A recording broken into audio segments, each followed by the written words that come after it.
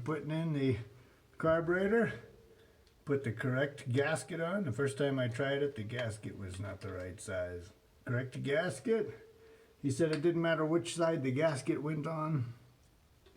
Put the carburetor on so that all the controls are in the rear where all the wires are. And then the fuel hose and fuel line is forward, facing forward. Put the nuts on, flat side down. On these nuts, you'll notice one side looks like it's been connected and one side doesn't. Maybe not. It's a little hard to see in this light. Sorry.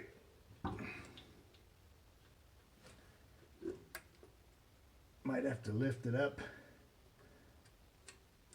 And then gotta grab a different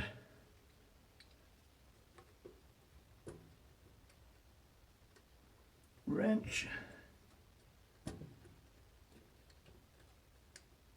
There we go.